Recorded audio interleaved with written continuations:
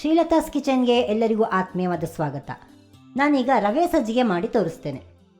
ಇದಕ್ಕೆ ಬೇಕಾಗುವಂತಹ ಪದಾರ್ಥಗಳು: 1 ಬಟ್ಟಲು ಸಣ್ಣ ರವೆ ಅಂದರೆ ಚಿರೋಟಿ ರವೆ, 1 ಬಟ್ಟಲು ತುಂಬ ಬೆಲ್ಲ, ತುಪ್ಪ, ಏಲಕ್ಕಿ ಪುಡಿ,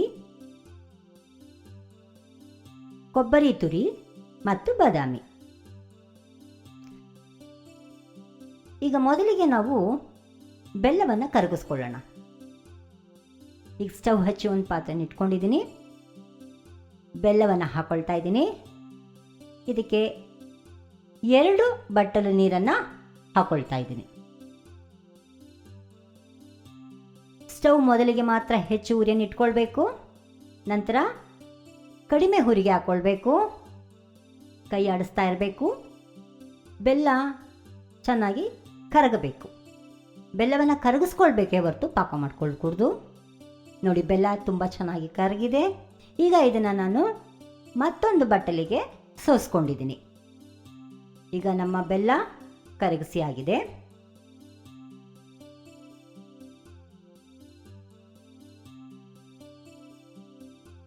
ಈಗ ನೋಡಿ, ಸ್ಟವ್ ಹಚ್ಚಿ ಬಾಣಲೆಯನ್ನು ಇಟ್ಕೊಂಡಿದ್ದೀನಿ. ಈಗ ಇದಕ್ಕೆ 1 ದೊಡ್ಡ ಚಮಚ ತುಪ್ಪವನ್ನು ಹಾಕೊಳ್ತಾ ಇದ್ದೀನಿ. ಉರಿಯನ್ನು ಜಾಸ್ತಿ ಇಟ್ಕೊಳ್ಬೇಕು, ನಂತರ ಕಡಿಮೆ ಮಾಡ್ಕೊಳ್ಬೇಕು. ಈಗ ನಾನು ರವೆ ಹಾಕ್ಕೊಂಡೆ. ಈ ರವೆಯನ್ನು ಈಗ ಕೈ ಬಿಡದೆ ಹುರ್ಕೊಳ್ಬೇಕು.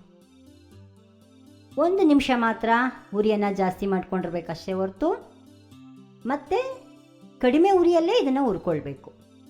ಕೈ ಬಿಡದೆ ಹುರ್ಕೊಳ್ಬೇಕು. ಹಾಗಿದ್ರೆ ಮಾತ್ರ ಉರಿ ಎಲ್ಲ ಕಡೆನೂ ಒಂದೇ ರೀತಿಯಾಗಿ ಬಂದು ರವೆ ಒಂದೇ ರೀತಿಯಾಗಿ ಸುವಾಸನೆಯಾಗಿ ಇರುತ್ತೆ. ನೋಡಿ, ಕೈ ಬಿಡದೆ ಹುರ್ಕೊಳ್ತಾ ಇದ್ದೀನಿ.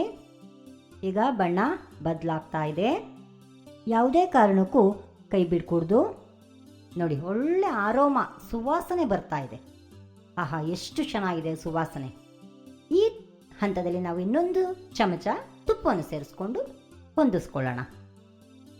ಸ್ವಲ್ಪ ಸ್ವಲ್ಪ ತುಪ್ಪ ಹಾಕೊಳ್ಳೋದ್ರಿಂದ ಅದ್ರ ಸುವಾಸನೆ ಜಾಸ್ತಿ ಆಗುತ್ತೆ. ನೋಡಿ, ಒಳ್ಳೆ ಹದಕ್ಕೆ ಬಂದಿದೆ. ಈಗ ನಾವು ಬೆಲ್ಲದ ನೀರನ್ನು ಸೇರಿಸ್ಕೊಳ್ಳೋಣ. ಸ್ವಲ್ಪ ಸ್ವಲ್ಪವಾಗಿ ಸೇರಿಸ್ಕೊಳ್ಳೋಣ. 1 ಬಟ್ಟಲು ರವೆಗೆ 2 ಬಟ್ಟಲು ನೀರು ಕರೆಕ್ಟಾದ ಪದ. ನೀವು ದಪ್ಪ ರವೆ ತಗೊಂಡ್ರೆ 1 ಬಟ್ಟಲಿಗೆ 2.5 ಬಟ್ಟಲು ನೀರನ್ನು ಸೇರಿಸ್ಕೊಳ್ಬೇಕಾಗುತ್ತೆ. ನೋಡಿ, ಈಗ ಸೇರಿಸ್ಕೊಂಡಿದ್ದೀನಿ. ಎಲ್ಲ ಹೊಂದಿಸ್ಕೊತಾ ಇದ್ದೀನಿ. ಹೊಂದಿಸ್ಕೊಂಡು ಒಂದು ತಟ್ಟೆ ತೆಗೆದು ಮುಚ್ಚಿಡುವ. ಕಡಿಮೆ ಉರಿಯಲ್ಲೇ ಬೇಯಿಸಿ 2 ರಿಂದ 3 ನಿಮಿಷ ಬೇಯಿಸಿದ್ರೆ ಸಾಕು. ನೋಡಿ, ಈಗ ತಟ್ಟೆ ಮುಚ್ಚಿ ಬೇಯಕ್ಕಿಟ್ಟಿದ್ದೀನಿ. 3 ನಿಮಿಷ ಒಳ್ಳೆ ಹದಕ್ಕೆ ಬೆಂದಿದೆ. ನೋಡಿ, ಚೆನ್ನಾಗಿ ಬೆಂದಿದೆ. ಬಾಣಲೆಯಿಂದ ಬಿಟ್ಟು ಬರ್ತಾ ಇದೆ. ಈ ಹಂತದಲ್ಲಿ ಈಗ ನಾವು ಬೇಕು ಅಂತಂದರೆ ಒಂದು ಅರ್ಧ ಚಮಚ ತುಪ್ಪವನ್ನು ಸೇರಿಸ್ಕೊಳ್ಬೋದು. ಬೇಡ ಅಂತ ಹೆಲ್ತ್ ಕಾನ್ಷಿಯಸ್ ಜಾಸ್ತಿ ಇರೋರು ಇದನ್ನು ಸ್ಕಿಪ್ ಮಾಡ್ಬೋದು. ತುಪ್ಪ ಹಾಕ್ಕೊಂಡು ಹೊಂದಿಸ್ಕೊಳ್ತಾ ಇದ್ದೀನಿ. ನೋಡಿ, ಈಗ ತುಪ್ಪದ ಜೊತೆ ತುಂಬ ಚೆನ್ನಾಗಿ ಬರ್ತಿದೆ. ಒಳ್ಳೆ ಸುವಾಸನೆ ಇದೆ. ಇದಕ್ಕೆ ನಾನೀಗ 1 ಬಟ್ಲು ಕೊಬ್ಬರಿ ತುರಿ ಮತ್ತು ಬಾದಾಮಿಯನ್ನು ಹಾಕ್ಕೊಳ್ತಾ ಇದ್ದೀನಿ. ನೀವು ದ್ರಾಕ್ಷಿ ಗೋಡಂಬಿ ಬೇಕಂದ್ರೂ ಹಾಕ್ಕೊಳ್ಬಹುದು. ಬೆಲ್ಲ, ಕೊಬ್ಬರಿ, ತುಪ್ಪ ಎಲ್ಲ ಸೇರಿದಾಗ ಅದ್ರ ಸವಿನೇ ಬೇರೆ. ಈಗ ನಾನು ಸುವಾಸನೆಗೆ ಏಲಕ್ಕಿ ಸೇರಿಸ್ಕೊಳ್ತಾ ಇದ್ದೀನಿ. ನೋಡಿ, ಒಳ್ಳೆ ಹದಕ್ಕೆ ಬಂದಿದೆ. ಇದು ನಿಜವಾಗ್ಲೂ ಒಂದು ಪೌಷ್ಟಿಕವಾದಂತಹ ಒಂದು ತಿಂಡಿ. ಇದನ್ನು ಋತುಮತಿಯಾದಂತಹ ಹೆಣ್ಣು ಮಕ್ಕಳಿಗೆ ಮತ್ತು ಬಾಣಂತಿಯರಿಗೆ ಕೊಡೋದ್ರಿಂದ ಅವರ ಆರೋಗ್ಯಕ್ಕೆ ತುಂಬ ಒಳ್ಳೆಯದು. ಇದರಿಂದ ಈ ರವೆ ಸಜ್ಜಿಗೆಯನ್ನು ನೀವು ಕೂಡ ಮಾಡಿ ನಿಮ್ಮ ಮಕ್ಕಳಿಗೆ ಕೊಡಿ.